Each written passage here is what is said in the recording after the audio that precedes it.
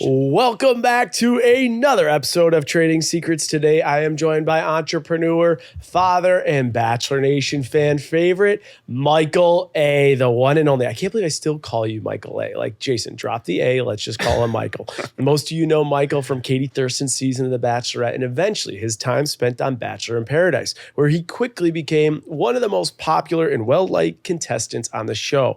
Michael has been open and vulnerable about sharing a personal loss he experienced in 2019 before going on the show after losing his wife Laura to cancer. Over the past few years, he has honored her memory by starting a PPE company to help healthcare workers. He is founding a non-for-profit organization dedicated to helping families battling cancer, and most recently getting involved with a cancer treatment project, of which we will discuss today. It's very exciting. We are going to hear about Michael's experience with Bachelor Nation, what it's been like, the highs and lows, how he's been able to leverage his platform in doing right for others, if reality TV is in his future, how he turned down the opportunity to be the Bachelor, and all the money and moving components in between. Michael A., aka Michael, thank you so much for being on Trading Secrets. Jason, how has it taken us this long to actually have done this podcast? It's actually, if you think about it, it's pretty crazy. It's pretty crazy. You got off the show and we started talking like right away. Yeah. And that was years ago. It feels like 10 years ago and it was probably only 2, but I've wanted to come on this podcast for so long. We are here because I don't know if people know that you are a true businessman at heart. That is, you are an entrepreneur, you are a businessman, like that is who you are. Everyone knows your story, your love story, and what's happened in your personal life, but that's a whole side of you people don't really know. Yeah, I mean, I think anybody who goes on this show, it's people are dynamic. They're multifaceted. They've got lives going on, and for me, I love creating, and typically when I see things or come across things in my normal life, I like to see if I can make a difference, create something to help it. Yeah, I remember Caitlin was hosting Katie Thurston's season, and she told me, I was like, all right, who am I going to, I always joke around, like, who would I want to have a beer with? And your name came up. So I was like, I got to connect with him. Yeah. And it's been a wild ride since then. Let's go back to right before you go on The Bachelorette, okay? Yeah. For people that don't know, work-wise at this point, what are all the things you have your hands in? Oh, geez. So let's see. So it's 2021, pandemic is hitting. I'm currently working at a distribution company that my parents and I started in 2014. We supply safety clothing and create like online e-commerce stores for B2B sales. So you said you and your parents started that. Like, how do you even get into that? How does that start? I mean, essentially we were looking at the industry as a whole, and it's pretty antiquated. The way that a lot of companies order clothing or logoed apparel for their employees or for sales tchotchkes, whatever they're doing, it's a lot of paper pushing. And so what we did was create an online platform where it made ordering and managing these kind of programs very easy. We track budgets.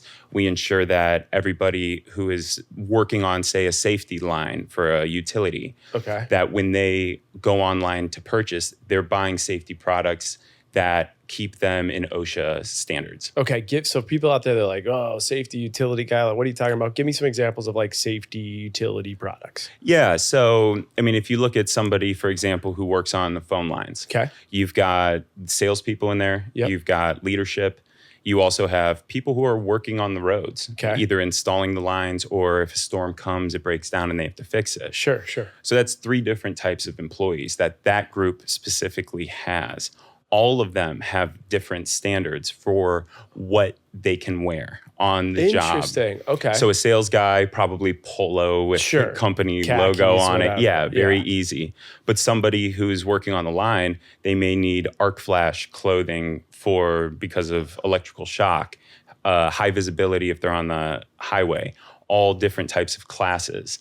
So what we do is put those quality control metrics and measures in place so that, one, it's easy for companies to get their clothing and actually purchase it. But also that they stay within the safety guidelines. Gotcha. So you're doing all the work on the back end to say our product meets the guidelines. You'll be in compliance. Take this part out of your business and just order what you need for your people through us, and you're going to be good to go. It's really, really simple to use, and it's crazy how many companies are doing it the old way, which is tons of liability, increased costs. People are getting their products way later. How do you handle returns? We actually have 3 warehouses, so we're kind of a turnkey solution. Okay. We give companies the online platform so that they can shop and manage their program. But we also warehouse the products. We also help them with sourcing and procurement, logoing, all of the different things. Got it. Okay. And so you're doing this full time, and then the Bachelorette comes knocking on your door. Right. At this point, give me an idea of like how the business is doing. You guys doing millions of dollars? Are you just like kind of breaking even? Like, what's the business scenario look like for you guys 5-6 years later? Yeah. We started in 2014, and like all small businesses, like you try to find your way. Of course. It's difficult. There's nothing, and this is what I have found, that nothing is easy. Yeah. What starts as like a concept, it takes a while to develop. And so, for the first couple years, we were losing money, kind of a struggling small business. And then, once COVID hit too, it became even more difficult. Yeah. People weren't going to work anymore. There's a lot of remote people. They don't need uniforms. They don't need all of these things. Sure. I mean, except for, frontline workers and essential people. Yeah. But, the company is, profitable. We turn a few $1 million a year now, nice. But we went through some dog days trying to figure out, where we fit in. Okay. We're going to get into Bachelor for all my Bachelor fans out there, Bachelorette. But give me an idea of the landscape, like how many employees you guys have as far as like distribution warehouses and stuff. Like, give me the profile of what the company looks like today. I mean, we're still a very small business. Our business is really run on efficiency. Okay. And I like keeping that lean. Okay. And I hire the right people that run their job and their department like they own it. Yeah. So those are always kind of the people I look for. We've got 7 people that are working for us right now, and we've got 3 distribution centers that we're, that we ship out of. Yeah. All in Akron, Ohio, and Very cool. we manage a bunch of different types of programs, and it's great. And so that's why one of the things that I was like, Michael A. might move, but obviously you have James, your son, but that's why you're like, you got to be in Akron, right? Because your distribution centers are there. Yeah. I mean, I guess my job could take me anywhere because I could manage it anywhere. Yeah. However, I mainly stay in Akron because, that's where family's at. Mm-hmm. After Laura passed away, and actually while she was going through cancer treatment and everything, I mean, you need a army behind you. She was diagnosed when James was 7 months old. Gosh, I'm telling you, I'll never forget the call. I was at work. She called me and she said, "Come pick me up." I jump in my car and I drive over to her work, and she's sitting on the steps, and I look over to her and say, I'm crying. I'm like, "What are we gonna do?" And she just walks over to me and she's like, "It's going to be all right. Like, we're going to totally beat this." And, as a caregiver, you are in this position where you have to make sure that even when the roof is on fire, that you're staying cool, calm, and collected. When everything inside is falling apart, you have to take care of all of your responsibilities. You have to be a support system. I had to be a support system for Laura. I had to be, there for James, middle of the night, crying, changing, all of that. Because, once she had chemotherapy, she got a lot weaker and everything like that. And looking back on those days, I mean, honestly, I really have no idea how I did it. But I am proud, really, of how I was able to perform. One of the hardest things, too, is, helping other people grieve. When you get a cancer diagnosis, people come in and they say, "Oh my gosh, I can't imagine." And you're like, now I have to try to make you feel good. Yeah. When I am inside, like just dying, apart. and you have to tell them, it's going to be okay, all of that, but you don't know. Yeah. Yeah. Oh my gosh. And so at this point, you have a 7-month-old. How long have you guys been married for? We got married in 2012. 2012. Yeah, so 2012, okay. That puts, I'm always so bad at this. Yeah. That puts, that we were married 5 years. Yeah. Yeah, but we were together, 10 years prior. 10 years prior. So we dated for 10 years, then got married, and that's kind of how life works, man. Is we all have like this linear path, right? Yeah. Where you get good grades, you get into the school you want, you get the job you want, you look down the road and you try to say, if I do X, Y, Z, I will receive this in return. Life doesn't care. It doesn't care about your timelines. Or your checklists. It doesn't. Or your blueprint. It doesn't. And so like you have to just be able to be like nimble and be able to react and respond as these things come your way. All right. So I think perspective is so important too, because there's so many people listening to this podcast right now that feel like stuck in their life or their career. Maybe they're in a money pinch. They hear a story like this. They hear about, Laura getting cancer, sitting on the steps, you're crying. You have a 7-month-old. She's going through chemotherapy. You're trying to dig deep in all areas, and then Laura passes, and they're just like, at least I hear this, I'm like, the shit I complain about is just so stupid. It's so minor compared to something like this. I think about it, going through the severity of what you went through and seeing all the angles of it with James and her family and your family and you and her. What is like your biggest life lesson through such a hard experience that so few people have to go through that type of trauma? Yeah, well, I think it's first important to not discount, if you're going through something, even though it's minor, it may feel major. Yeah. And I think Chris Rock actually did this funny joke where, or maybe it was Dave Chappelle, one or the other, and he was with his friend, and his friend was one of those like pious guys, right? Where he told his friend, I'm so hungry. If I don't eat, I'm going to die. Then his friend says, there's starving people in China.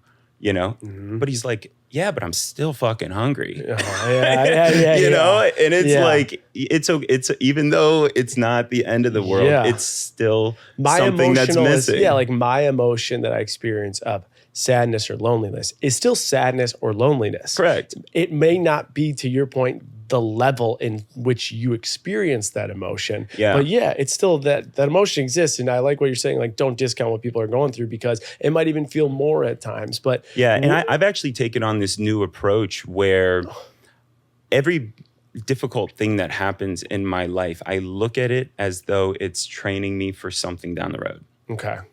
So instead of saying, oh, I've got this problem, oh my God, I'm like, ooh, like this is difficult, but it's going to teach me something. Yeah. And then down the road, when something very difficult shows its way, you'll be ready for it. Yeah. Okay. Because you've already been able to overcome this. Okay. Got it. Well, I mean, cheers to you and pushing through and getting where you are today, because that is a major setback. And I'm sure the perspective you have going through that to where you are today is just, it's probably unbelievable. Like, you got your health, you got everything, right? Yeah, that's right. And like you said, life doesn't care. So that's just the nature of how and that goes. just from a perspective point of view, it's like if I were to be able to talk to my younger self, I think I would just tell him that, everything eventually goes away. Yeah. So the good times go away, but also the bad times. Yeah. Like, be easy on yourself, respect them and appreciate them, absorb them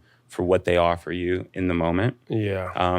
Because, we're all kind of just trying to write the story of our own life, right? Right. And it's like, give me everything. Give me the joy, give me the pain, because all of that is better than that feeling of, say, being numb. Yeah. And you're walking around like a zombie. It's so and you're true. like, I feel nothing. It's like, I'd rather be in excruciating pain than just be numb. Yeah. Honestly, it is so You're so right. It's a weird predicament. I've even told you, I've told friends and stuff, in this breakup, which is the baby little drop in the ocean compared to what you've gone through. Again, to me, it's my it's a big deal, experience, right? buddy. To me, it's my a big deal. But I've cried more in the last month or two than I have in my life together. Yeah. But there is something true to like feeling that emotion makes you feel connected. It makes you feel alive. It makes you feel like, okay, I know where I'm at. I'm feeling myself. I'm connected to myself. I'm moving on. I've been in those situations when you're in those numb states. And those numb states, it's like there's nothing worse than just not knowing, not understanding yourself and numbing yourself so you don't understand yourself. And the confusion that comes from that is like so material. Yeah. And then it makes moving on and putting your next chapters, whether it's personal, professional, financial, whatever it is, really hard chapters to put together. Right? Yeah. And I think during those downtimes when you are sad, when you are depressed, for some reason, I can't explain it, but that's when creativity really sparks. Creativity sparks. It always happens to me when I'm down and out. Yeah. Where I'm like, oh, that could be a good idea. Or wow, I'm seeing things differently. And when I'm overly happy, I don't know, maybe I'm in like a state of euphoria where I think everything is just perfect. Yeah. And I'm not looking. Exactly. Interesting. All right. Well, you think about where your professional life was. Think about where your personal life was. Professional life, things are going great, it sounds like. Personal life looks like almost everything to the core gets dismantled. Yeah. Then all of a sudden, the wildest curveball comes. Crazy, man. And ABC The Bachelorette comes knocking on your door. Tell me about the decision, both professionally and personally, about deciding to go on that show. Was it a struggle? What made you end up doing it? Yeah. And why'd you do it? Oh, man, everything about it was a struggle. I mean, first, it's like, this isn't what I planned my life to be. I never was really thinking about being on reality TV. But again, I look for signs. Laura specifically loved this show. Okay. She loved The Bachelor. And she used to joke and say, like, you should go on and, get a fake divorce, go on. You would do so well. And I'm like, get out of here. She was nuts like that. But when they reached out, I said no to it. I mean, I was speaking with Lindsay. And so did they reach out to you? They reached out to me. They slid into my DMs. And it's crazy how this stuff works. So after Laura passed away, I started a nonprofit called the L4 Project. Yep. We raise money for supportive cancer care, free services. We, donate to other 501c3s that help cancer patients. And one of the casting producers, or directors, I should say, her husband created an app for nonprofits.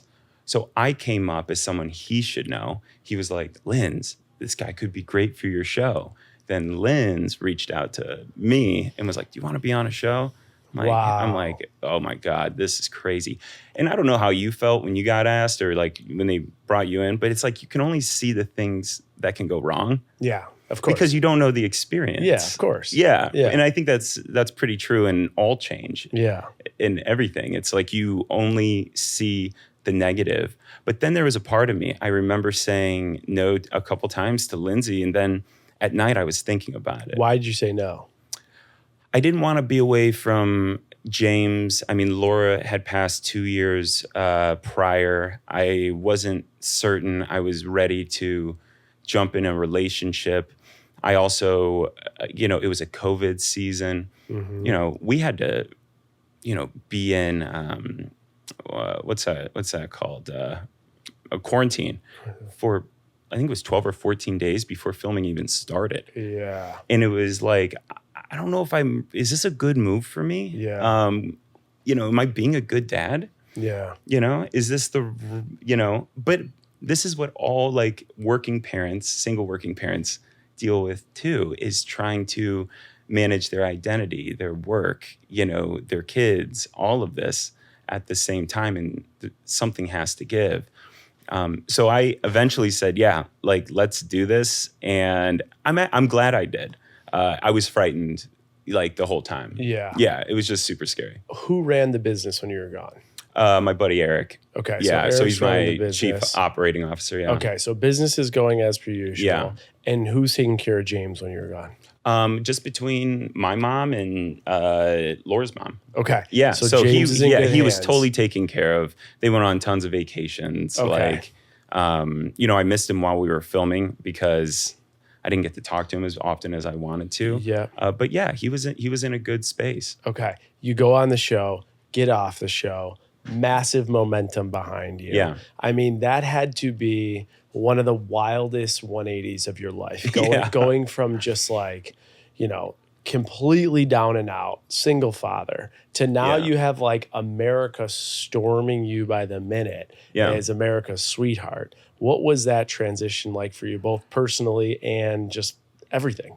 I remember the first time I was, I think, on social media, and I'm scrolling through, and I see like an article with my face on it. Mm-hmm. You remember that? Like the first time you're in a news article or like a tabloid. Yeah. You're like, oh my God, I'm actually a topic of conversation. Yeah. Like I was just like an average Joe before. Hell? And now people are forming very strong opinions about you. Yep.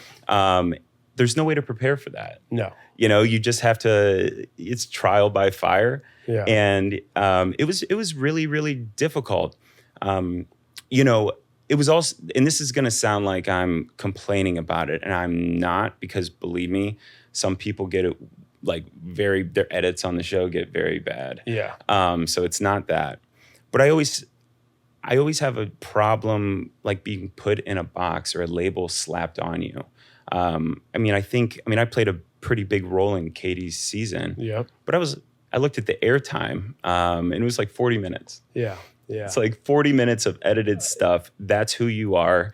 Like, that's what we've made. Yeah. And it's like, we're so much more than that. Yeah. Interesting. I understand that perspective. Yeah. But that 40 minutes was a really good 40 minutes for you. Oh, and thanks. at that point, and of course, we're going to talk about some of the challenges, especially with outside noise. But at this point, it's 99.9%. Michael A. is literally the man. Yeah. So talk to me about this, though. You go back to work. You're doing your thing. You get approached to be the Bachelor, is what I understand. And correct me if I'm wrong. But the rumors out there are that you declined being the Bachelor after Katie Thurston season. Can you talk about that? And if you can talk about that, is it true? Did you decline it? Why did you decline it? Clear the air if you can. Yeah. I did decline it. And I remember like being approached, and when they first approached me, I remember feeling like frightened, scared of the weight of everything. And I remember thinking like, who's the last Bachelor that has been able to finish their season unscathed? Yeah. And I think it was like going back to like Ben Higgins. Ben didn't. But Ben went through it too. No, he didn't finish it unscathed. Yeah. We just had Ben on. He said, "I love you" to both girls, and it had an impact on his the relationship he was in. They broke up. So like, no. Yeah. And so I was like, should I get out while the getting's good, or do I go in here and try again? And I was like, why do these Bachelors always end up leaving the show with just their identity and their reputation destroyed? And I think I figured it out. Okay. So I think it's kind of funny too. So the show is all about one guy that dates multiple women. Okay. Watched by a lot of women who hate guys that date multiple women. Right. Yeah. And so it's like, it's difficult to get through that alive. And I was trying to think, if I took that role, would I even be able to get engaged? I knew I wouldn't get engaged. Did you went down kind of like the list in your head, and you're like, it hasn't worked? So you're like, okay, Nick, it didn't work out for. Colton, it didn't work out for. You're thinking Ben Higgins had his type of trouble. So you're going, Juan Pablo got crushed. Yeah, I do think that was a good season, though. I will also say, like, Sean Lowe, definitely, if you say who's a guy where professionally and personally it worked out in all directions, that's one of them. But what you were thinking was like, I don't know if I could deal with the burden of what's to come, given what's happened to other Bachelors.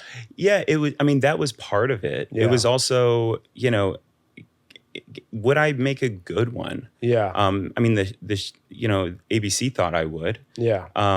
But I don't know if I would have. I think for me, I was trying to imagine what it would be like to physically and mentally and emotionally be there for all of these people. Yeah. The truth is, I would know who I was really interested in early on. Okay. And it was like, can I fake this? All right. Well, and I was like, I don't know if I can fake this. Okay. So that's some of the personal dilemmas. Now on this podcast, we talk about a lot of career dilemmas. Yeah. The prior bachelors were Colton, Pilot Pete, Nick, Ari, Ben, all professionally, while Scathed personally had done really well. Right. You're a businessman. You could see the foresight. What was your take on it, only from the professional career move perspective? I mean, it's one of those things where I kept saying like, yeah, this could be great. It could elevate me. I was like, I don't want to deal with these what ifs. But my dad has always said this. He's like, not everything that glimmers is gold. Yeah. And that always sticks with me. It's like, you chase an object and you try to rush to get something, and you end up, once you catch it, you realize it's not always worth it. And, I didn't want to be away from the business. I was needed at home. I also knew that they were going to want James involved. Okay. And that felt irresponsible for me as a parent. Like, this is something I signed up for, but this is his life. Okay. And, as a parent, you're just always protective of your kid. Yeah. And I also, not that they would have done this, but I didn't want to put it at risk. I didn't want them to exploit, the tragedy. Yeah. Because it was actually really difficult for my in-laws to watch even on Katie's season. Okay. Even though I spoke so highly of Laura and everything and did it right, she would, my in-laws would go online and they'd read comments. He won't stop talking about his dead wife. Ugh. And I'd have to come home to that and listen to them get mad at me because it's a topic of conversation. Yeah. And I think a lot of people, they don't have malice about it. They just don't recognize that their words do carry some weight. Yeah. And they were really hurt by that. So I wanted to, protect them too. Yeah. Okay. So professionally, you think it would have probably made sense. Personally, it doesn't make sense. Yeah, no. And the personal weight and value totally, without a discussion, obviously supersedes that, which makes perfect sense. Looking back on it now, knowing what you know now, do you have a different take on your thinking then from a personal or professional standpoint? I mean, I think I made the right decision, for me. Yeah. Filming for being the lead is, 3 times as long than everything else. It's not necessarily a career path I saw myself going down. Yeah. So it didn't feel like I was missing anything, an opportunity per se. Yep. But it was a difficult one. And I mean, honestly, I mean, I talked to you about this during that whole thing. It felt like a prison for me. Like it felt more like a burden of something that it was like, I want to go on with my life. I want to get back to normal, whatever that looks like now. Mm-hmm. And I don't want this process to change the way I view relationships, how I view the world. I'm scared of what this could end up making me become. Okay. If that makes sense. Right. Because I liked who I was. Yeah. And it was like, I was just telling you this, before we started. Yeah. I don't want to develop like trust issues. Yeah. In relationships. Yeah. I want to believe that people have good intentions. Right. Like I truthfully do. Yeah. And it's like when you're in the limelight, you welcome criticism, and you welcome people that have ill will. Yep. And it's like I don't want that to harden me. Yeah. Totally understand. Okay, so you make that decision. I think all that that thought process makes perfect sense behind it. Talk to me about work-wise. Yeah. Once you make that decision, what does life look like? You have an influence now. You have a following. You have your business. Yeah. You have a couple other things that you're working on. What does the work life look like? What does the financial income look like? Talk to me about that chapter of your life. So the work stuff, I mean, I went back to work immediately. Okay, so right after. Right after. Okay. I got back to work, loved getting back into the routine. We growing the company, doing all these things, still managing, through COVID, still difficult, but we're finding a way. I mean, as far as, like numbers are concerned, for the first 5 years of our company, I was putting, my own money back into it. Okay. Yeah. I mean, the owner always gets paid last. Always. People are always like, I wish I had the crown. It's like heavy is the head that wears the crown. Especially when you're building something, it takes time. So I wasn't making a lot of money. Mm-hmm. But the thing is I've always been, just growing up in Akron, like very blue collar, you're from Buffalo. I've always been good with money. Yeah. My parents didn't come from much. Yeah. They taught me the value of $1. My first job, I think, was when I was about 13.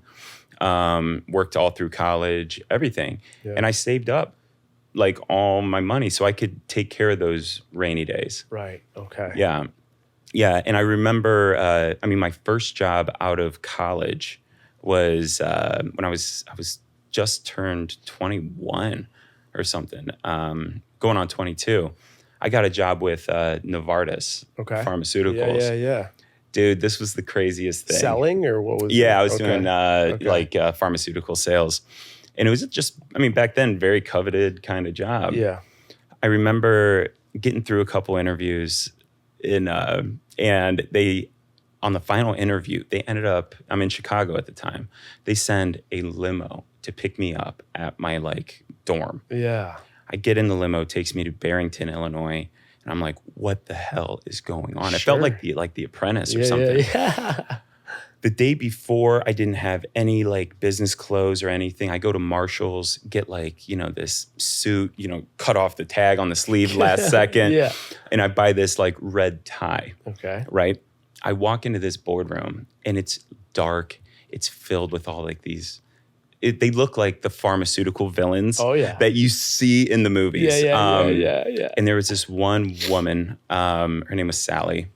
She had worked her way to the top. I remember I got my lines ready. I'm going to wow them. Yeah. I walk in and the first thing she says was, you bought a power tie? Do you think you're better than everybody here? What? Yeah. She just attacked me. And I was like, oh my God, what was your response?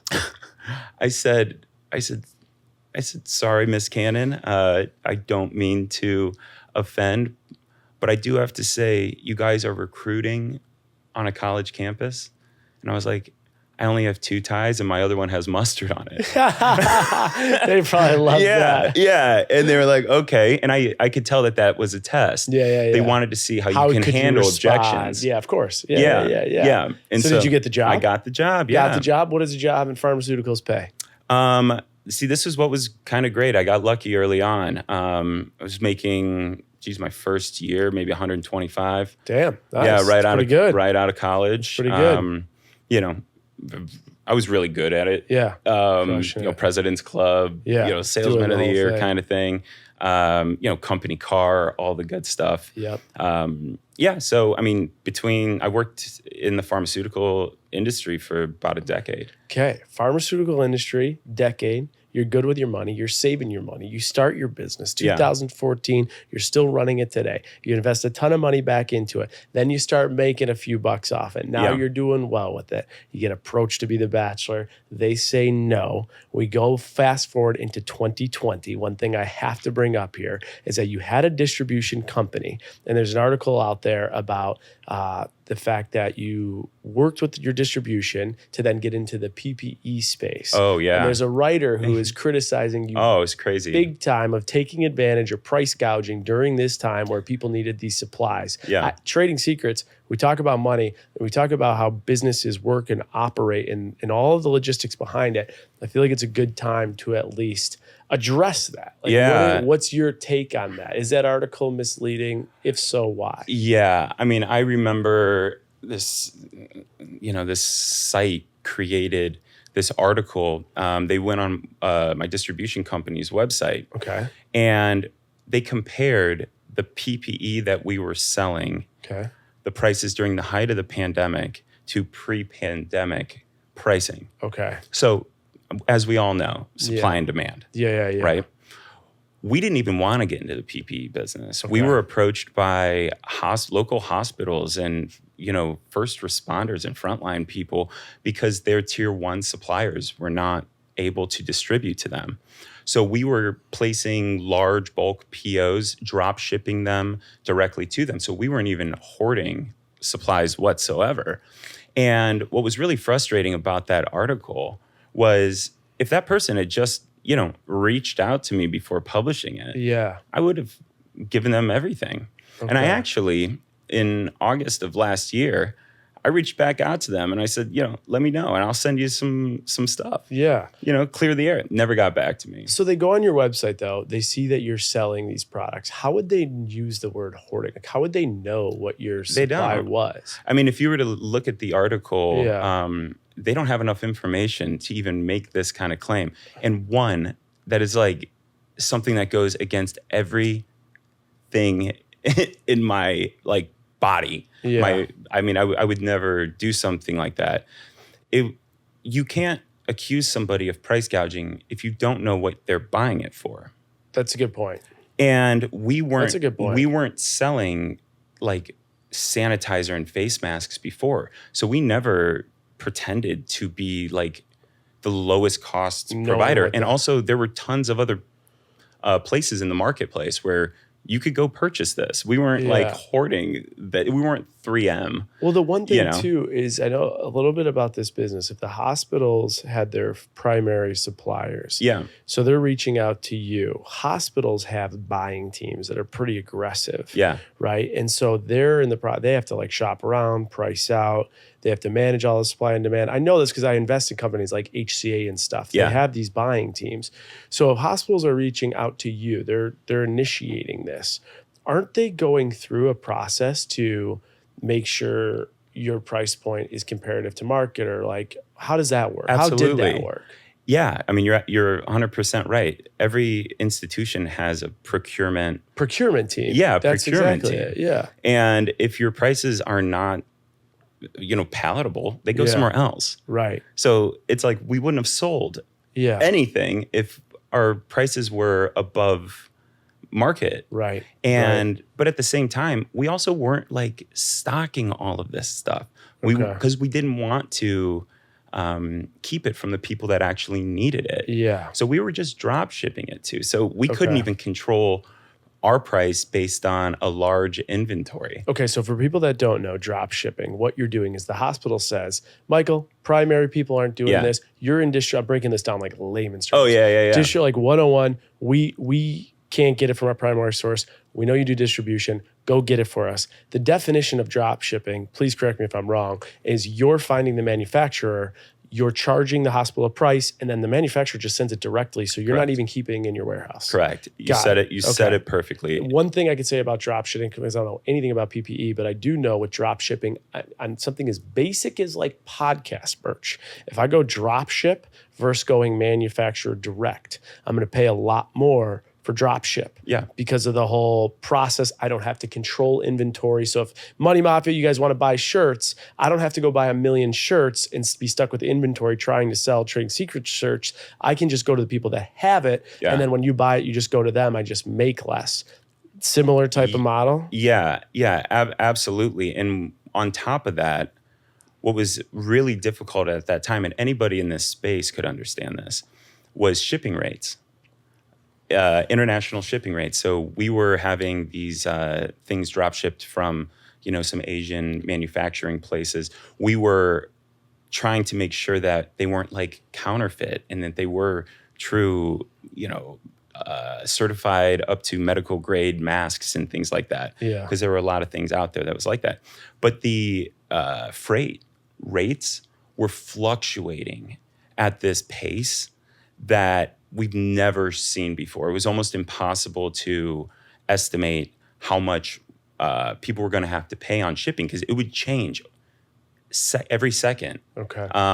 So we also incorporated shipping into our pricing too. Okay. And also, tariffs and duties and all of that stuff to bring in. Interesting. Okay. So with this entire market then, when it comes down to the ins and outs and the back to forth, this article, let's just play the role of like, I'm going to play devil's advocate. Yeah. Michael, you made money off people that were struggling in a time where, we needed masks to survive. You're selling masks at a profit.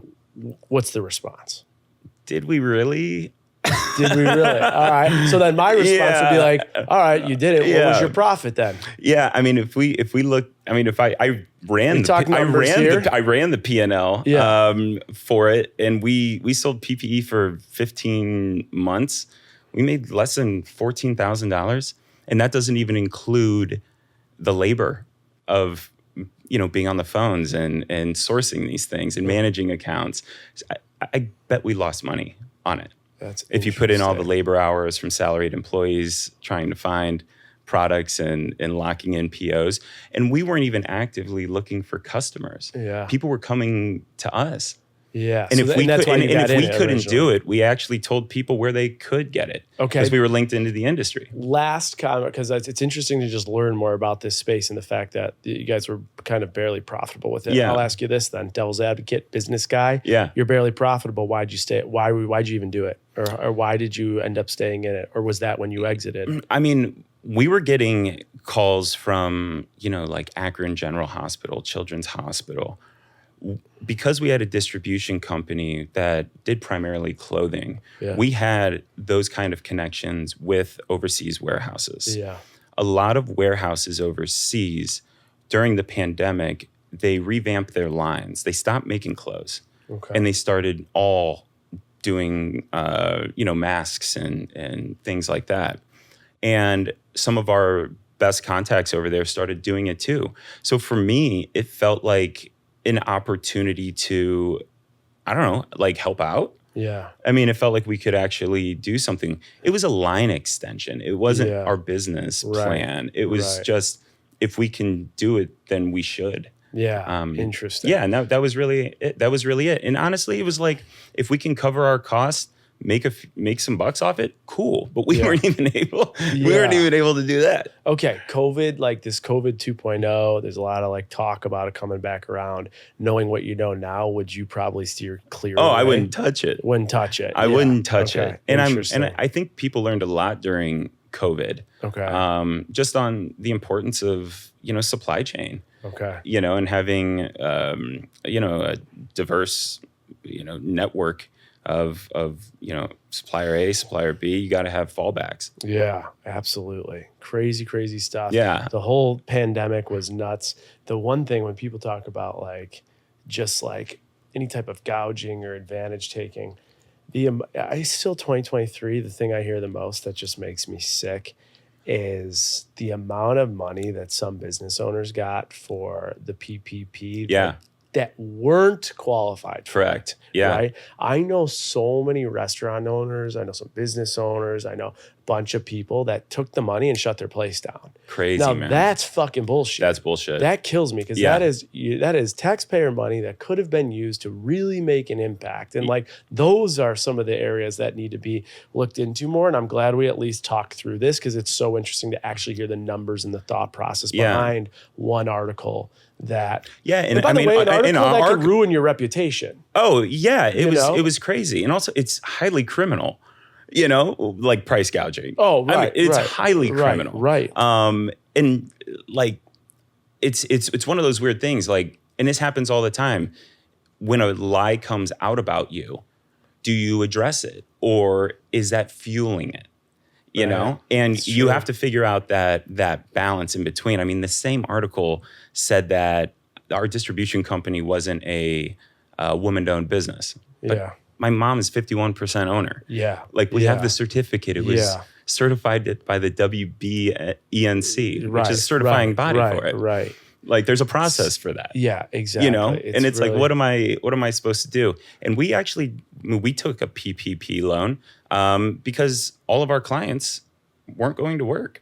Well, that's a whole different ballgame. Yeah, like and they didn't want us to. If your clients are going to work, if you can't pay your employees, sales plummet. That's all. You have distribution centers, so you have massive overhead. Like that's a whole different ballgame, in my opinion. There was a great purpose for the PP loan, and it served that purpose. But the people, I think, that took advantage of that, and it didn't serve the purpose. Right. That's where I'm like, no, I feel where are the articles on those? Yeah, I feel you. Yeah. I'm actually happy you brought that up. It's a topic that's kind of sensitive to me, just because I hate the idea that someone would think that about me when I've worked pretty hard my whole life to do things the right way. Yeah. And I think, anybody that knows me knows that's so outside of my scope. Anything I would ever do. Well, I think also the integration of, when you think about it, you own a distribution company for what we already addressed was like OSHA and compliance type products. Yeah. So the natural integration into what you were already doing, it's not like you were, working in pharmaceutical sales at a company. And then you're like, oh shit, let's buy masks and make a fuck ton of money. Yeah. It's a different, we were selling safety products. That's why I love the cool part about this show is when you get the explanation, you take some depth into business, you start to see what exactly happened, why there was integration, when the hospital came to you, the dollars and cents behind the profitability, the fact that it was a business model you shut down after the pandemic, it wasn't making that much, the fact you wouldn't get back into it, it tells a more story about the whole business climate of it all, which is interesting. Yeah, I think there's we work as like a culture. It feels like we're running at a deficit where we're not curious anymore. Like we're not seeking to understand. We're seeking to rush to judgment. Interesting. You know, and I think that's incredibly dangerous and short-sighted. I really battle, and this is a different topic, and I think people back home might be able to relate to this as they think about being in the office or their employer, or maybe, making sure they're speaking up for themselves for the next promotion or something. I really struggle with, do you address that elephant in the room or do you not? Do you bring attention to it or do you not? And the amount of times in the last, several years, I've just bit my tongue and just shut up. Yeah. And I still don't know. It's hard taking those punches. That's the right thing to do. I don't know. And I'm still struggling with it. I don't know either. I think, I was always raised, take that high road, silence and, Same. apathy towards people that are attacking you is the greatest revenge. Yeah. But we get fatigued, man. Yeah. You can't fight every online war. You've got a life to live and you can't get into those weeds. But every now and again, there comes an opportunity when you have to stand up and fight for yourself. Exactly. I think when you're backed against the wall, especially when those things are brought to your attention, you gotta bring up for it. Thank you for answering that. It's good to get more scope and understanding of that. Now, this brings us to, we're in 2021. We're clearly going through a chronological event here of Michael A's life. Oh, geez. You pass on The Bachelor, but 9 months later, you get offered the opportunity to go on Paradise. Yeah. Tell me about the thought process there. Both, give me the T-chart professionally, personally. Yeah. Okay. So the idea of going on Paradise was, again, something I had never really thought about. But there is something weird about missing it.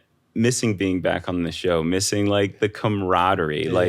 You never went on a second time. Yeah. But did you ever wonder about that? Well, here's the thing. So I got offered to go on Paradise. Yeah. I said no. Yeah. And then they went with Colton for the next lead. Yeah. And then I was with Caitlin by the time after that.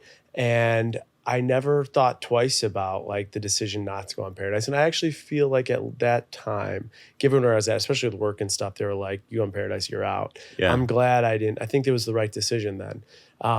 But I also got my tank full of being back in it because Caitlin's so involved with the show, right? So we got to do cameos on Listen to Your Heart. We got to come on Katie's season. Yeah, good point. So you get to see the producers and stuff. You get to be in it. And it is such a, I will say transparently, not even professionally, but a personal high Yeah. when you're back in there. It There's is. something about it. I don't know if it's the cameras. I don't know if it's the energy, the producers, the fact it's ABC. It's You're just so like, exciting. It's exhilarating. Yeah. Like a night one, like walking out, being on a set, you're like, this is a whole nother world. You talk about, like, I live for stimulation. Yeah, I me live too. for like great conversation. Me too. I want to watch things. I like seeing things. I like a little bit of like an adrenaline junkie. Yeah. Like, love skiing, love doing this stuff. So there is, to me, when you're in that world, and maybe that's what I find so stimulating. Yeah. There's nothing more stimulating than that whole process. Yeah. Your sensory overload is so intense. It is. So it's almost like a little bit of a drug where you're like, when you're in it, it's like so cool. You're seeing all this stuff and how it's moving in the producer. Yeah. So and it's like when I got off that. Katie's season, I went back to work. Like I went back to being a dad, and it felt like this fever dream for a little bit that like, I what was. What was that? Like, what was that? Was that even real? And then, time went on, and I was like, you know what? I kind of miss this. Paradise looked appealing to me because, it's like 2.5 weeks of filming. Yep. I didn't have to be away from James that long. A big thing was, like, I wasn't going to be, like, asked to be engaged. Like, and get engaged. Okay. If you were the lead, you have to take that on. Okay. So you owe that. You didn't feel like the burden of walking out from that 2.5 weeks engaged was nearly as high as being the Bachelor. Correct. Okay. Because you can leave dating. Okay. And, I knew I wasn't going to get engaged. Some of those personal reasons that you didn't pick to be the Bachelor, didn't choose to be the Bachelor, you had mentioned Laura's family, you had mentioned some other personal things. Did those dissipate? Did those change with the type of show? Like, where did those things go? Yeah. I mean, I think everybody rolled their eyes when I did it the second time, just because, Paradise is it's a little bit more campy than everything else. But, I liked that part of it. I think people were also like relieved I, wasn't being the Bachelor. So this felt like a way to get in a little without going full in. Okay. And, I'm glad I went. It was a blast. I mean, it is fun down there. Filming is fun. Yeah. It's exhausting. Yep. But it's a good time. The question I ask everybody that went on, I can't get it through it without it. Did you negotiate your contract? Did you get paid well? I did. You negotiated. I negotiated. Did you negotiate everything. guarantee or a per diem? Oh, I did guarantee. Guarantee. Will you tell me what the guarantee was? It was 35. Okay. Nice. Yeah. That's pretty damn good. Yeah. So you knew day one or day two, you leave, you're still going to walk away with that. Yeah. And, it wasn't necessarily about the money, but it's and this is what people don't consider. Yeah. Is, sure, 2.5 weeks, 35,000. Awesome. Sure. That's great money. Yeah. Like, fantastic. But then with contracts and things like that, they keep you from making any sort of influencer money. Right. Until the show is finally done airing. Right. So that takes you typically 4 or 5 months out. Right. Where you can't make anything. Yep. So that 35 is stretched Last out. Year It's over 5 the time. months. Yeah. That makes so you're sense. getting, 6,000 a month. Yeah. For that, when most people who come off this show can have lucrative influencing careers. Right. Absolutely. With brand deals. You get off the show. We go back to that professional, personal, financial T-chart. Yeah. Where's your head at? Was it worth it? Did it help? Did it escalate things? Yeah. Yeah. I mean, I think I got off Katie's season. I had roughly 250,000 followers. Okay. I think I grew about 160,000 followers from Paradise. A lot more brand deals kind of coming in. Things that kind of align with, where I'm at in life. I'm on track this year to be, north of 200K. In influencing deals? Yeah, and influencing deals. It's amazing. Which is fantastic. Yeah. Because here's the thing too. I'm blessed for all of this. Like, I'm kind of like you, man. Like, all of these opportunities that come, we all owe it to being on the show. Oh, 1,000,000%. None of it happens without the show. No, we we didn't create like something. Nothing. We didn't, study anything to get this kind of attention. We had and what I think too many jackpot. people fail to realize, We had a horseshoe up our ass. Right. We got ABC cameras. Yeah. And we got lucky. We got lucky. Yeah. And you know, when Laura passed away, she didn't have life insurance. She also represented 50% of our household income. Wow. Too. So here I am thinking, okay, I've got to be my job used to be on the road, but now I can't because I got to take care of like my son. I can't do that sales stuff. How am I going to replace this and still give my son the opportunity that he deserves? And so, you know, some of that, buy life insurance, people. No, seriously. Yeah, for real though. Like, for real. I think like one takeaway, and it's fucking awful that it's like got to be tragedy that teaches you a financial lesson like that. But especially when you have a kid, like that's probably like maybe a financial rule to implement anybody's head listening. Have a kid, buy life insurance. Yeah. Right? Like, just because that is so much. Second, you get Was there not life insurance through her employer or anything? No, she didn't have it. Sorry. And so like everything, gosh, yeah, it's just a lot. Yeah. And so like here I am looking at like this big hill and this rock I have to push up. You know, I've got no energy. I am like depleted. I'm exhausted emotionally, physically, all of that. And I'm like, but I need to find a solution. Like, how am I going to create some supplemental income without being away from my son? And so like going on this show, because I've gotten criticized from people that, you know, I don't give a shit about, but they're like, oh, he's away from his son. What a shitty dad. He's going on this show again. Whatever, dude. Like most people who are in an outside sales position are on the road, 2-3 weeks a month. And I'm like, I can't do that anymore. These brand deals, I'm saving every penny of it. Yeah. That's nice. I don't even, it's all in its own account. Okay. One quick question I got for you, because it sounds like you're a good saver. People that aren't good savers back home listening to this right now, what tip would you give them to save? Because you're just good at it, it sounds like. Oh, yeah. I would say this. I mean, it's always pay yourself first. Yeah. Understand the value of time and money. Okay. You know, if you, for example, let's just say you're 30 years old, you have $100K saved. Yep. You know, with, 7% interest every 10 years, it doubles. Yep. You know, so by the time you're 40, it's 200,000. Yep. 50, 400,000. 60, 800,000. And so just with that 100,000, that's the time and money value with compounding. Yep. And so I think people sometimes are in a race to experience the best things in life. Mm-hmm. And they think they need it now. But I'll tell you this, don't be in a rush for that. Like my parents always, when we were growing up, they always told this story about, how the lights would get turned off on us because they couldn't pay their bills. It's like that early couple thing, a dog day kind of deal. Yeah. And those were like the really difficult times for them, but they still refer to those years as some of the best in their life because of the struggle. Yeah. And my mom tells this story where she's like, I remember the day when I no longer had to look at the price on the menus.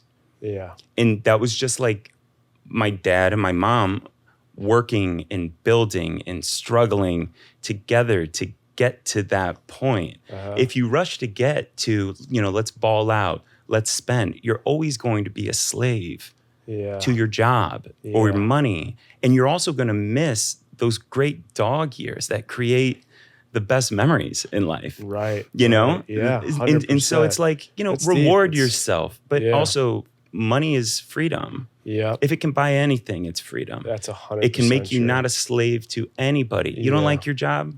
Leave. Yeah. When you have that freedom. Yeah. And I think it comes down to, like you said, pay yourself first. Pay yourself first. When you pay yourself first, you'll be in a good position. Yeah. Buy things that appreciate. Right. Yeah. I mean, I'm all about that. I've got rental properties, I've got industrial areas. I got a house in Mexico. Wow. Like house in Mexico? Yeah. Where's that? It's in Loreto. It's the Baja Peninsula. What do? Do you rent it? No. Okay. Yeah. You just have it there? I just have it there. Gotcha. Yeah. All right. Well, Mexico. How far is that from where Paradise filmed? So Paradise is the Baja's the heel. Okay. So Paradise, was that Riviera Maya? Yeah, it's right by there. Yeah. So that's far. Okay, got it. So it's far away. Yeah. All right. So you go in Paradise. You got all these things going on. You got side hustle. You got rental projects. You have your business. You now have influencing. Yeah. You now also have a significant other. Yeah. Danny. Yeah. So you get off the show. Danny and you are together. There's been some discussions out there now about like what's going on. There's some photos on Instagram that have been deleted.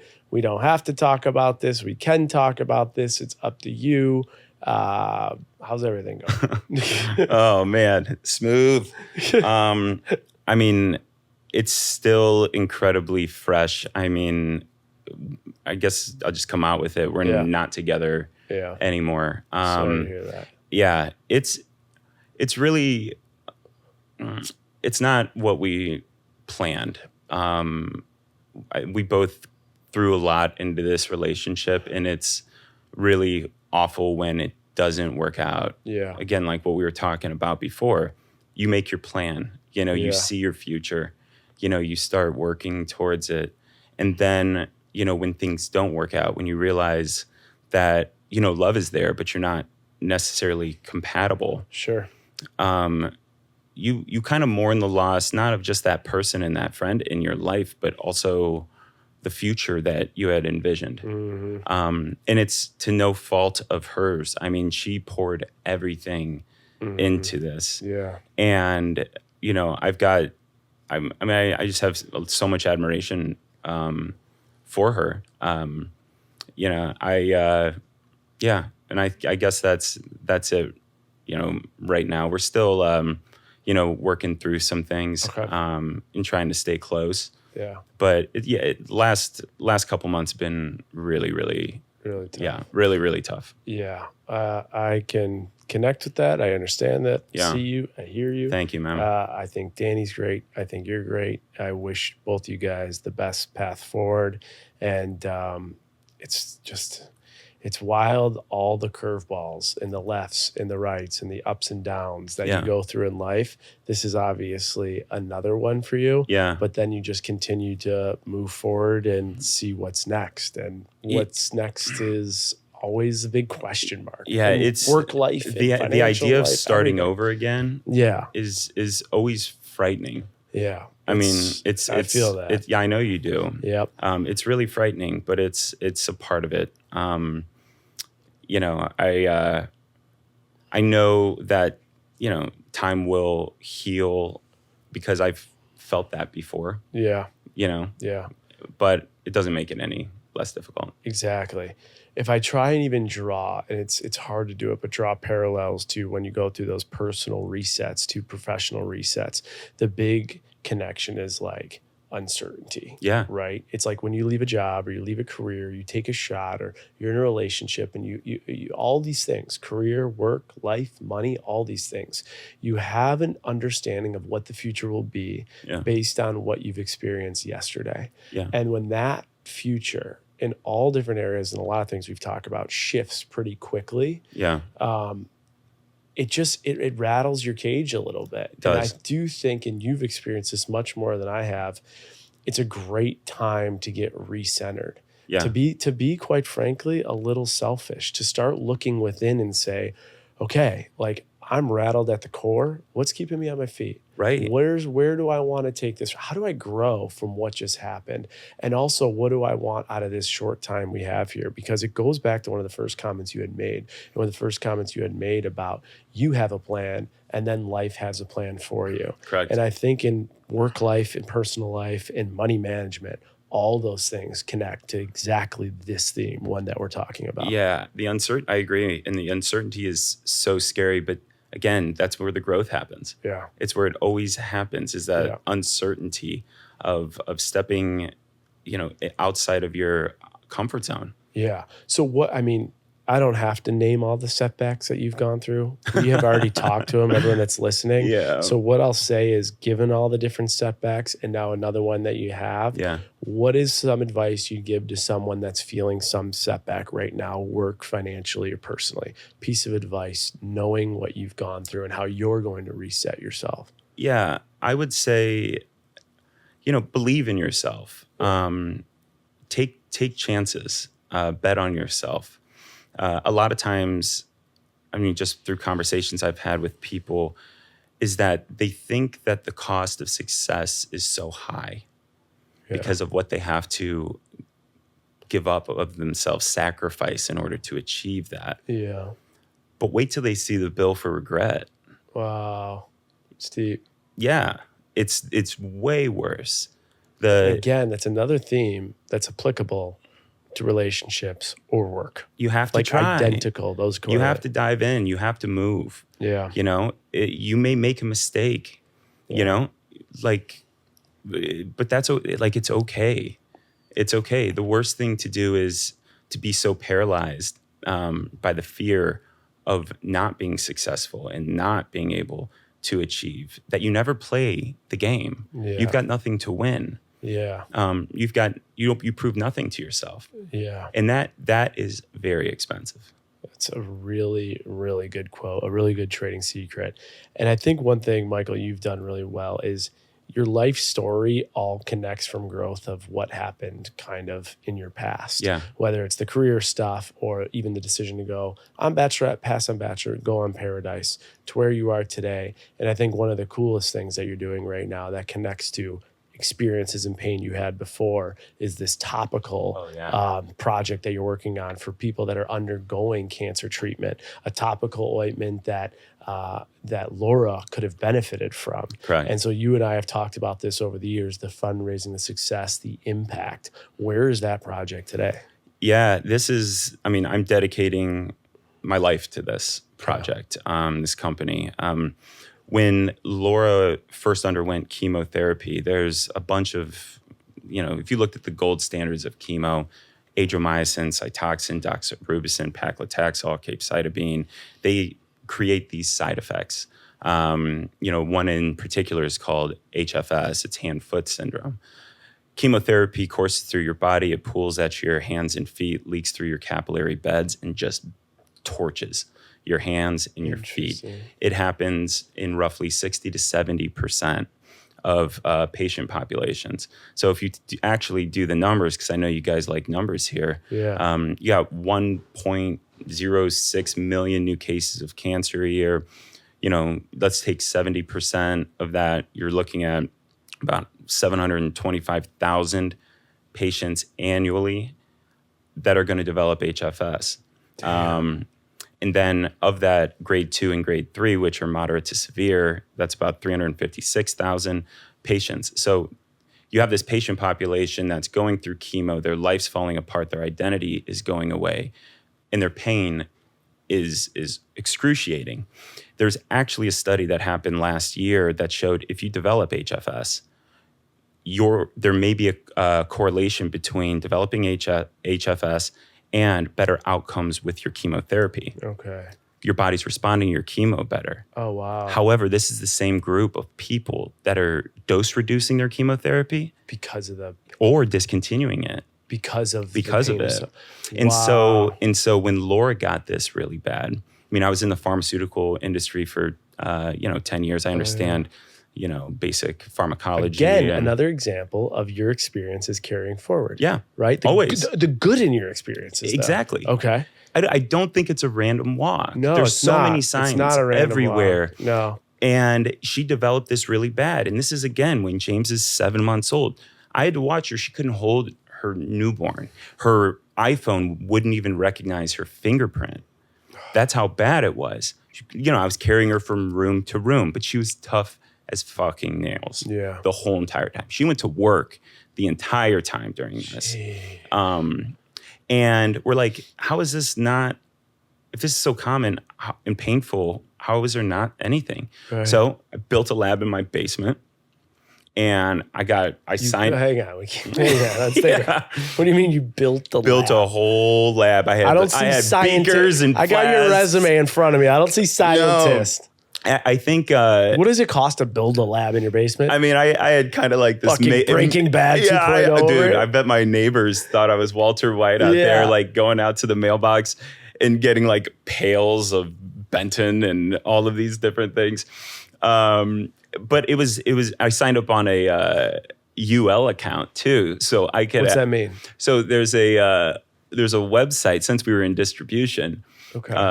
The clothing thing, Oh, we could okay. actually sign up as like a, we qualified being like a wholesaler. Oh, gotcha. But I was just buying this. Oh, so you could buy all these beakers and stuff at a lower and buy price the raw point. materials Got it. that we All right, needed. to set up this lab, give me a dollar amount. It probably cost me around $7,000. $7,000. You set up this lab. Yeah. Then what? I'm just like, Laura and I are just scouring, the internet to see if there are beneficial like things out there. Where are we going to get our raw materials? So you and Laura are doing this together. We're doing it together, yeah. Oh, I didn't know that. Yeah. So we created a bunch of different versions of this, and then we're like, this is lost cause. The last one we created, it took our pain away. Wow. Like she literally went to running on treadmills. And here's the thing. This is not indicated for HFS or anything like that whatsoever. We're still doing some clinical trials of this. But I started sending this product out to other people. Okay. It was working for everybody. Then, sadly, like Laura passed away in January 2019. I took some time off from this project. But then, after I put James down to bed, it's almost like you slide down that pole into the basement, put your lab coat on, and get to work. And I started improving on the formula, sending it out to more people. It was working. Then I went to a company called Gojo, who they actually created Purell. They're based out of Akron. And I went to them and I said, look, I need some help. I'm over my head on this. Like my will has gotten me this far, but I'm lacking resources and expertise. So I'm like, is there anything you guys can do for me? They said, we don't make stuff for other people. Like, get the fuck out. Wow. And I was like, all right, worth a shot. Then they called me back 2 weeks later and they said, we don't make stuff for other people. It's not part of our business, but it is part of our mission. Wow. They invited me back in. That gave me goosebumps. They gave me 4 of their the head chemists, like FDA attorneys, project managers, all of these very specialized thing, pro bono. Wow. I worked with them for 2 years. That team, once it spread throughout the company, it grew to a team of 8 of people working on this because they believed in the mission. So I got all of this help out of the goodness of people's hearts because they've been touched by cancer, or they saw something and wanted to make a difference. Sure. And during that time, I wrote a patent, got a great patent. I didn't, again. What does it cost to write a patent? I would say between like fees and filing, it was probably around 6 to 7. Okay, 6-7 grand. And with a patent, you only get it for a certain period of time, right? Yeah. You have to act on a patent before. So if you get the patent approved, your product has to be like within a time period. We've got patent protection for 20 years. Oh, okay. So you're good for 20 years. But the key is, if anybody is filing a patent out there, your patent, once you get it approved, if you want to add to your patent, say it's like it, but it's a little bit different, your previous patent that you just got approved for can be used as prior art against you. Oh, wow. And not make your new invention novel. Wow. So what's important for anybody who's out there, file your patent, 2 patents. One that you want to get approved, but at the same time, because in the US it's time-stamped. Okay. File a continuation. Interesting. A continuation will basically set your date at the same time as your initial one. Okay. So it can't be used against you, but you'll be able to add to that continuation as research and development happens or you learn more. Got it. Yeah. Okay. Yeah. Interesting. That's a little all right. tip. That's a little trading secret there. So you file the patent, then what? Waited about 2.5 years. Yeah. And then got it. I mean, you can make 20 claims on a patent. Okay. I remember talking to my patent attorney saying, like, what's success look like here? Yeah. And he's like, if you get 4 of them, that's solid. Yeah. We got 14. Wow. I wrote this whole thing. I was like, I don't know what the fuck I'm doing. Yeah, but you're just doing it. Yeah. Yeah. And then, he's like, this is a great patent. I'm like, no shit, really? Like, yeah. I mean, it's just like a will. I mean, I remember staring at like a blank Word document being like, how do I even start? And you just start ripping. Yeah, you just start ripping. So you got a patent, you're good to go. What's the status of this? So it's a topical ointment, right? Yeah, it's a topical mask, and you essentially put it on for about 30 minutes, allow it to harden, and then you wash it off shortly after. And we're seeing just great results. I mean, I've had it on over 50 people, and it's worked for everybody. But now it's time to test it in more of a controlled setting. So we are, speaking with, Stanford University to do a clinical trial later this year. If we went the IND route, which is investigational new drug route, that's very expensive, takes a lot of money and a lot of years. And IND is when you would actually be able to say, like, this is indicated for hand-foot syndrome. We may be able to file for orphan drug status, given orphan drug is, it was a designation that the FDA put in place for pharmaceutical companies to develop therapeutics for rare disease states instead of always going for the blockbuster, so they can expedite it. So got it. And we may be able to qualify for that if we go that route. But the other route could be a cosmetic. Oh, interesting. And if we went the cosmetic route, it's way cheaper. We can, test it equally the same, but we would make claims like cooling. Got it. And then it can be used as you want. Correct. And it may have other applications outside of HFS too. So so then what, in a year from now, do you expect there to be an approval of any sort? Will this be on sale? How do you expect this to work? By this time next year, we will know if this is something that's going to change everything. And if this gets the next step is what approval? It's to clinical testing, and then it would be approved through clinical testing. Yeah, if we went the IND route, we've got like a 3 to 5 year time frame. If we went the cosmetic route, this time next year, we will know the outcome of what we're dealing with. And I just finished with first round of funding. People want to be a part of this. How much did you raise? $850K. I mean, if this thing goes, you're talking about you're talking about massive, massive dollars. Yeah. I mean, if you want the numbers here, if you took 356,000 patients annually that get grade 2, grade 3 HFS, moderate to severe, that would require treatment. That rate actually grows at 6% a year too. Sadly, that's what cancer does, which sucks. We outsourced all of our industry data, market analysis, because I don't want to be a part of that. I don't want conflict of interest. It's like, what's the truth out there? What's this look like? So insurance companies spend $260 million a year treating HFS unsuccessfully. Those can cover, things like opioids or topical NSAIDs or, all of these different things, but it's not necessarily working. The average patient spends $1,500 during the course of 10 weeks to treat their HFS. $1,500 out of pocket.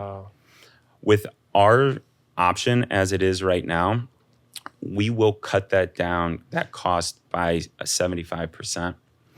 And if we were to get 2.5% of the market, you're looking at, 4.6 million in sales.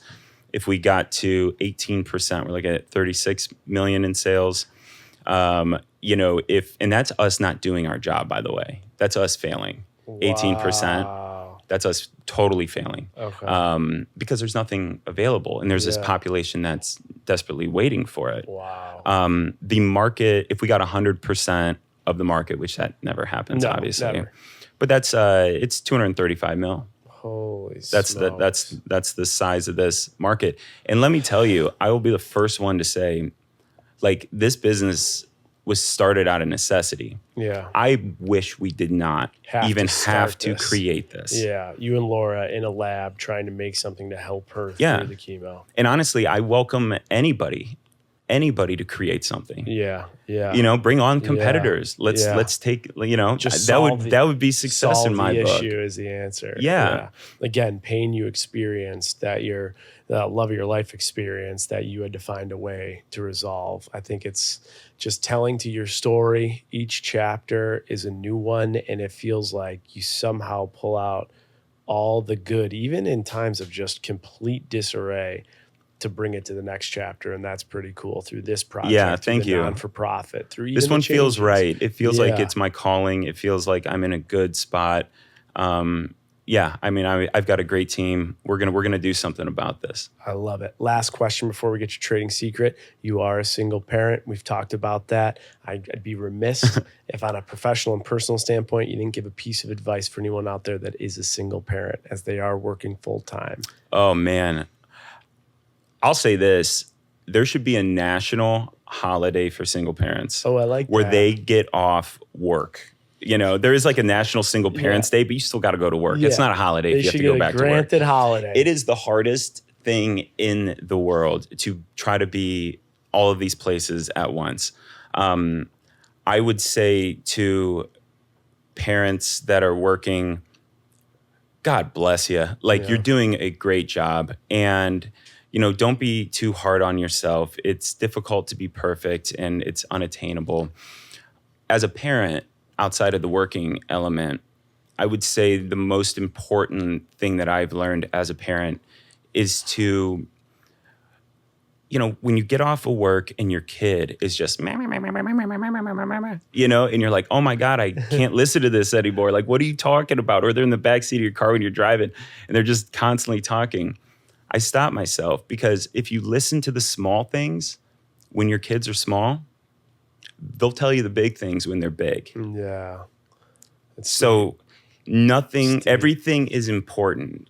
What your kid is telling you is super important to them. It's like what we were saying before with like perspective on our pain. Yeah. Like, yeah, sure, there's more pain than what we're feeling in the world, but doesn't mean we're not feeling it. Right. If a child's sharing something with you, listen, be safe, have that safe place. Yeah. Because what you're doing is investing in their future, that they're going to tell you things that actually matter when they matter. Yeah. And maybe when you don't want to hear it, they need to be heard. They know they're going to be heard. And so when they need to be heard, they know they have someone to go to. I love it. It's already established. Piece of advice. Yeah. It's a great, especially for a working parent whose patience and tolerance gets tested, you know. Yeah. And I mean, you can roll that over into business if we need to, and just, you know, your employees. Yeah. And that's a great rollover. And establishing culture. Ooh, that's a great rollover. You know, it's all of these things are. Ooh, I like that one. Are very, taking that. Very, yeah, you take it, baby. Listen to the small things. So when the big things matter, you hear it, and they're not out the door, going somewhere else, doing something else, creating a stir. I love that. That's right. All right, Michael A., we have gone 15 minutes past the studio time. Oh, man. Thank you to WTF Media Studios for letting us go a little bit past, but we got to wrap up with your trading secret. So one trading secret that no one can get from a textbook, YouTube, a professor, a tutorial, anywhere on TikTok. They can only get it from Michael A., given his experience. One trading secret. Michael A., take your time if you need it, but what can you leave us with? I can't take too much time. We're over the limit already. We're costing you guys money. I would say there's this quote I absolutely love. It's by Phil Ox. It says, "It's wrong to expect a reward for your struggle. The reward is the act of struggle itself, not what you win. And while we cannot expect to defeat the absurdity in the world, we must make that attempt." I would say, don't just point out the things in the world that are wrong. Your opinion doesn't matter. If you see something, make that difference. You're now responsible for it. And so, you know, jump into being uncomfortable, welcome it into your life. That's when growth actually happens. And that's, you know, religion, that's morality, that's art, it's life. It's all of those things. Yeah. You know, so, you know, yeah.